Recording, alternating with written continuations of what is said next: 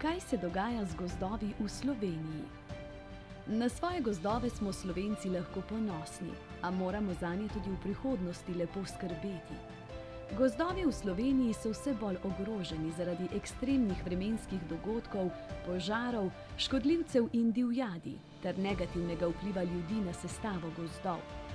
Kar 28% dreves v slovenskih gozdovih je poškodovanih zaradi vremenskih pojavov in škodljivcev.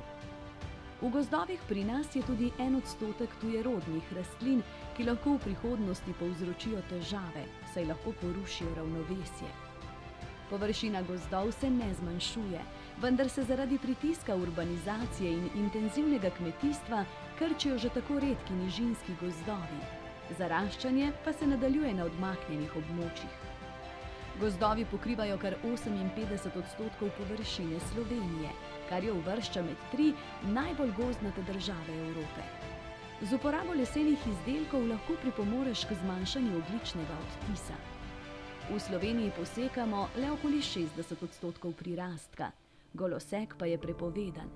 Z gozdovi gospodarimo trajnostno, s poudarkom na ohranjanju naravnega okolja in rastlinstva ter živalstva. Tvoje odločitve res spreminjajo svet.